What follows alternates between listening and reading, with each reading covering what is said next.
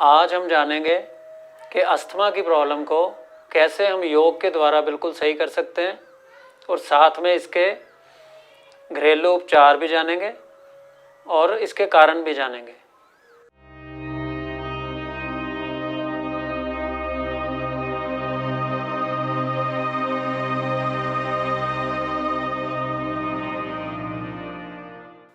आप सभी को विक्की मेहता का प्यार भरा नमस्कार। दोस्तों, हमारे पूर्वजों ने हमें एक बहुत बड़ा वरदान दिया है जिसका नाम है योग। लेकिन नाम पता होने से कुछ नहीं होता, हमें योग को जीवन में धारण करना चाहिए। आज हम योग के द्वारा कैसे अस्थमा की प्रॉब्लम को बिल्कुल सही कर सकते हैं, क्योर कर सकते हैं, वो सीखेंगे। पहले हम इसके कुछ कारण जान लेते हैं। एक तो पहला कारण है मौसम का चेंज होना, दूसरा कारण है प्रदूषण, ये दूसरा कारण है, और जो तीसरा कारण है वो ये किसी एलर्जी के कारण भी हो सकता है, और जो चौथा कारण है वो हम जब ज़्यादा ठंडा खाना पीना पसंद करते हैं उससे भी ये प्रॉब्लम क्रिएट हो जाती है। और दोस्तों, जब ये अस्थमा का अटैक आता है, वो अटैक क्यों आता है? जब हमारी लंग्स की एयरवेज में, एयर पाइप्स में म्यूकस बढ़ जाए, यानी रेशा बढ़ जाए, या वो ठंड के जैसे मौसम में सिकुड़ने लग जाएं, या वहाँ पे स्वेलिंग हो जाए, तो जब ये तीनों चीज़ें इकट्ठी हो जाती हैं, स्वेलिंग भी हो जाती है और रेशा यानी म्यूकस भी होता है वहाँ पे, और जो हमारी एयर पाइप्स हैं जो वो सिकुड़ भी जाती हैं, तो जब ये तीनों चीज़ें हो जाती हैं तो सांस लेना मुश्किल हो जाता है, इम्पॉसिबल हो जाता है, तो उसको अटैक बोलते हैं। ठीक है, और इसीलिए इन्हेलर पंप का सहारा लिया जाता है, ताकि क्योंकि इन्हेलर जो पंप होता है उसमें स्टीरॉयड होता है, वो एकदम से हमारी जो एयर पाइप्स हैं उनको खोलने में मदद करता है तेज़ी से, तो जो पेशेंट है उसको उसी टाइम पे राहत मिलती है। तो उसके लिए ये एक लास्ट उस टाइम पे इमरजेंसी में ये एक सहारा होता है। दोस्तों, अब हम योगा स्टार्ट करते हैं, जिसमें हमारे सिर्फ 2 आसन होंगे और 3 प्राणायाम होंगे, वो करना स्टार्ट करते हैं। इसमें जो हम पहला आसन करेंगे वो करेंगे उष्ट्रासन। इसको मैंने थोड़ा मॉडिफाई किया है ताकि हर कोई आसानी से कर सके, क्योंकि पता नहीं होता किस एज के बंदे को किस तरह की प्रॉब्लम है, तो हर एज का बंदा इसको कर सके। पहले इस तरह से नीज़ पे आ जाएंगे, पैरों को जोड़ लेंगे ऐसे, ताकि आपको कंफर्टेबल हो बैलेंस आपका, और हाथों को हमने इस तरह से, ये हथेलियाँ हमारी पाम्स है जो, वो ऐसे रख के फिंगर्स बाहर की तरफ रखते हुए ऐसे अपने लंग्स का एरिया और डायफ्राम का एरिया इसको स्ट्रेच करेंगे पीछे की तरफ, ऐसे फेस को बैकवर्ड बेंड करते हुए ऐसे। ये जो हमने हाथ रखे हैं ये हमें सपोर्ट भी करेंगे और पुश भी करेंगे आगे, ताकि हमारा ये एरिया खुल सके अच्छे से। ठीक है, इसको हमने ऐसे होल्ड रख 10 काउंट करेंगे, मन में कर सकते हैं। 1 2 3 4 5 6 7 8 9 10। Yes, relax. गर्दन में खिंचाव पीछे होने की वजह से इसमें ज़्यादा काउंटिंग अच्छे से की नहीं जा सकती, इसलिए आप मन में करेंगे, क्योंकि आप तो खुद अपने लिए कर रहे हैं। तो ऐसे ही हमने जैसे 10 काउंट किया, तो इसी तरह से हमने 10-10 के 2 सेट करने हैं सिर्फ इसमें। ठीक है, इसमें हम जो दूसरा आसन करेंगे वो करेंगे भुजंगासन। ऐसे अपने मैट पर सीधा लेट जाएंगे, मतलब उल्टी पोजीशन में, ऐसे हाथों को रख लेंगे। अगर तो आपको लगे कि आप पहले से भुजंगासन करते आए हैं, आपकी स्पाइन में फ्लेक्सिबिलिटी है, तो आप शोल्डर के नीचे, ऐसे चेस्ट के नीचे रख सकते हैं। अदरवाइज़ आप ऐसे आगे बढ़ा लें और ऐसे अप करना है आपने फेस को ऐसे। और अगर आपको थोड़े दिन हो जाएंगे करते हुए, आपकी फ्लेक्सिबिलिटी बढ़ जाएगी स्पाइन की, तो आप धीरे धीरे इसको यहाँ पे ऐसे थोड़ा बढ़ाते हुए, फिर और थोड़ा नीचे करते हुए, फिर और करते हुए प्रॉपर पोजीशन में आप कर सकते हैं।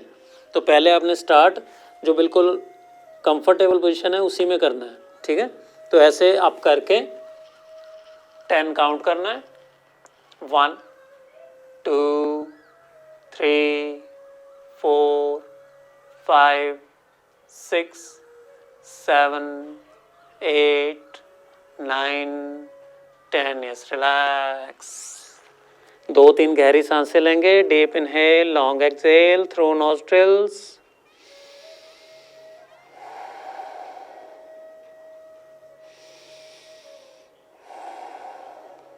फिर दूसरा सेट करेंगे इसी तरह से सेम, ऐसे आप रख के 10 तक काउंट करेंगे।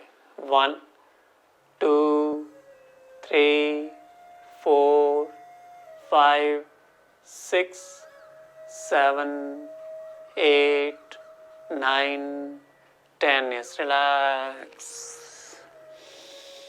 Again deep inhale, long exhale through nostrils.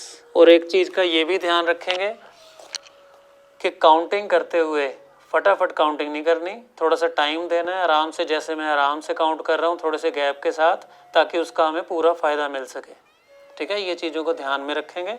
बहुत इजी है, आप सभी कर सकते हैं। इसमें कोई वो नहीं है कि मैं नहीं कर पाऊँगा या कर पाऊँगी, सभी लोग कर सकते हैं। दोस्तों अब हम करेंगे इसमें कपालभाति क्रिया। इसको हमने बिल्कुल आराम से करना है, फास्ट बिल्कुल नहीं करना। समझेंगे पहले कैसे करना है। इस तरह से जैसे ही हमने स्टमक को अंदर झटका देना है, उसी टाइम पे सांस को बाहर झटका देना है थ्रू नोस्ट्रिल्स, नाक के थ्रू। मुंह बंद रखना है इस तरह से। ये स्पीड रहेगी, आराम से करेंगे।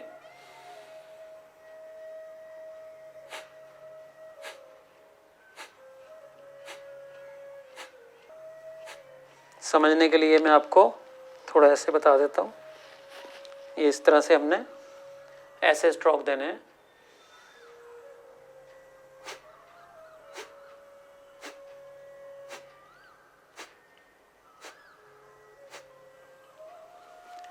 ये जो स्पीड है ये नॉर्मल इसी तरह से रहेगी। जो स्ट्रोक है वो हमने क्या करना है 20 30 40, जहाँ तक हम कंफर्टेबली कर सकें। चाहे हम 25 करें, 30 35 करें, या मतलब 20 से 40 के बीच में जहाँ तक हम कंफर्टेबली कर पाएँ उतना करेंगे। वो हमारा एक सेट होगा।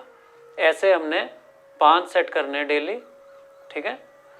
तो करना आराम से। स्पाइन की पोजीशन बिल्कुल सीधी होनी चाहिए, शोल्डर आपके बिल्कुल सीधे होने चाहिए, नेक आपकी सीधी होनी चाहिए। बैठने की पोजीशन ये रहेगी। बाकी आप अगर सुखासन में बैठना चाहते हैं, पद्मासन में बैठना चाहते हैं, वज्रासन में बैठना चाहते हैं, जहाँ आप जैसे आसन में आपको बैठना कंफर्टेबल लगता है वो उसमें आप बैठ सकते हैं। इसमें आप चेयर पे भी बैठ सकते हैं, क्योंकि हमारी लेग्स नीचे हो जाएंगी और स्पाइन हम अच्छे से सीधी कर पाएंगे। कई लोग नहीं कर पाते ज़मीन पे बैठ के या मैट पे बैठ के, ठीक है। तो आप उस हिसाब से अपनी बॉडी का सबको पता होता है, उसी तरह से आपने उसको एडजस्ट कर लेना है। दोस्तों अब हम करेंगे दूसरा भस्त्रिका प्राणायाम। इसमें हमने क्या करना है 2 3 4 सेकंड के साथ सांस को खींचना है, 1 सेकंड में छोड़ देना है थ्रू नोस्ट्रिल्स। लेना भी नाक के थ्रू है, छोड़ना भी नाक के थ्रू है, ठीक है।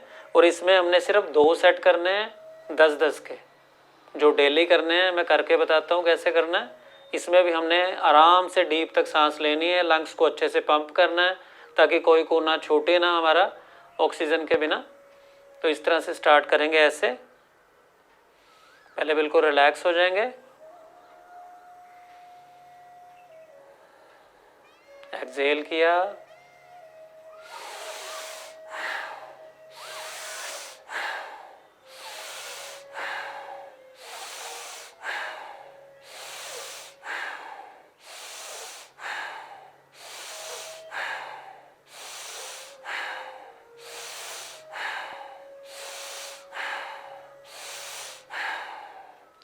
ये हमारा 10 का एक सेट हुआ। ऐसे आपने थोड़ा रुकना है, आंखें बंद करके 2-3 नॉर्मल सांस लेनी है, गहरी सांस लेनी है। उसके बाद दूसरा सेट करेंगे इसी तरह से 10 का। पोजीशन सेम रहेगी। लंग्स हमारे ऐसे, हमने कंधों को झुकाना नहीं है कि लंग्स हमारे अंदर की तरफ मुड़ जाए, ठीक है। अच्छे से खुल के काम होना चाहिए ताकि आपकी बॉडी को, आपको पूरा फ़ायदा मिल सके। तो इसमें हमने स्पाइन को, शोल्डर्स को, नेक को बिल्कुल सीधा रखना है, ठीक है दोस्तों। अब हम जो तीसरा करेंगे वो करेंगे सूर्य भेदी प्राणायाम। इसमें हमने क्या करना है, राइट नोस्ट्रिल से हमने सांस लेनी है, दोनों नोस्ट्रिल्स को बंद करना है 3-4 सेकंड्स, लेफ्ट से छोड़नी है। फिर राइट से लेनी है, दोनों नोस्ट्रिल्स को बंद करना है 3-4 सेकंड्स, राइट लेफ्ट से छोड़नी है, ठीक है। तो ये इस तरह से हम जब 10 बार करेंगे तो हमारा एक सेट हो जाएगा, और ऐसे हमने 10-10 के 2 सेट करने हैं। मैं एक बार करके बताता हूँ। बहुत झटके से नहीं खींचना और झटके से नहीं छोड़ना, बिल्कुल आराम से आपने खींचना है, आराम से छोड़ना है। डीप इनहेल, लॉन्ग एक्सहेल, और आंखें बंद करेंगे तो उसका ज़्यादा फ़ायदा होगा क्योंकि आपका फोकस ब्रीथ की तरफ रहेगा और पूरा अंदर फ़ायदा हो सकेगा। इस तरह से स्टार्ट करेंगे। फिंगर्स कोई भी यूज़ कर सकते हैं ऐसे। ये लेफ़्ट को बंद किया और राइट से ऐसे सांस ली,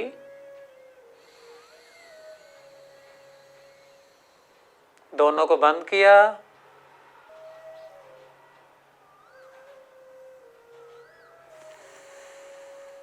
लेफ्ट से छोड़ा, फिर राइट से लिया, बंद किया,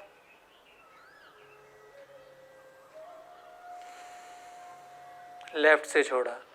इसमें हमने ये ध्यान रखना है कि जैसे मैंने बताया कि बहुत तेज़ी से नहीं खींचना है इसको। इसका फ़ायदा हमें ये है कि हमारी जो सूर्य और चंद्र नाड़ी है ना, वो बॉडी के 2 पार्ट हैं। इनको योगा में 2 पार्ट में डिवाइड किया गया है। जो सूर्य हमारा पार्ट है राइट वाला, वो गर्म पार्ट है, और जो लेफ़्ट वाला है वो चंद्र पार्ट है, वो ठंडा पार्ट है।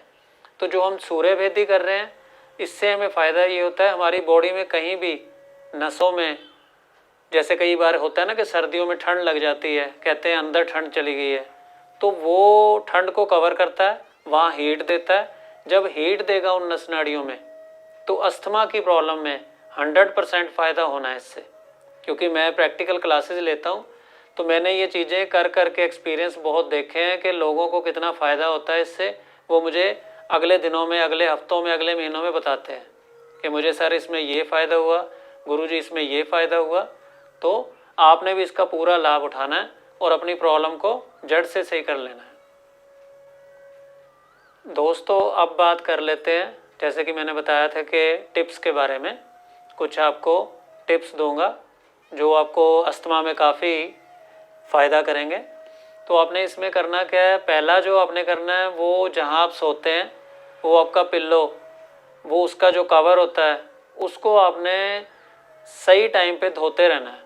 ये नहीं कि कई बार होता है कि हम लोग 10 दिन, 15 दिन, 20 दिन उसकी परवाह नहीं करते, चादर नहीं बदलते जल्दी के चलो अंदर कौन सी डस्ट पड़ रही है। लेकिन डस्ट पार्टिकल्स ज़रूर होते हैं हर जगह पे, क्योंकि हमारे पैरों से आ जाते हैं, हमारे कपड़ों से आ जाते हैं। तो हमने ये नहीं सोचना कि वहाँ पे नहीं है, हमारा घर तो बहुत साफ़ है। तो ये भी एक कारण होता है, इसका भी हमने बचा रखना है। और दूसरा आपने कोशिश करनी है कि तली हुई चीज़ें को अवॉइड करें, ठीक है। और तीसरा जो डेयरी प्रोडक्ट्स हैं उनको भी अवॉइड करें, जैसे कि घी, पनीर, दूध। ये भी अस्थमा की प्रॉब्लम वालों के लिए काफ़ी परेशानी खड़ी करते हैं, उसमें सहयोग करते हैं पूरा। और जो दालचीनी आती है वो आप पिसी हुई ले सकते हैं, नहीं तो घर पे भी पीस सकते हैं उसको। उसका आपने सिर्फ चम्मच का चौथा हिस्सा आपने खाना है रोज़ सुबह खाली पेट। ये भी अस्थमा में बहुत ज़्यादा फ़ायदा करता है। दोस्तों अगर आपको वीडियो अच्छी लगी तो लाइक करें, शेयर करें, सब्सक्राइब करें। और मुझे अगर आपकी कोई क्वेरी हो तो आप मुझे कमेंट बॉक्स में भी बता सकते हैं, मैं उसका रिप्लाई दूंगा आपको। नमस्कार, धन्यवाद, गॉड ब्लेस यू ऑल।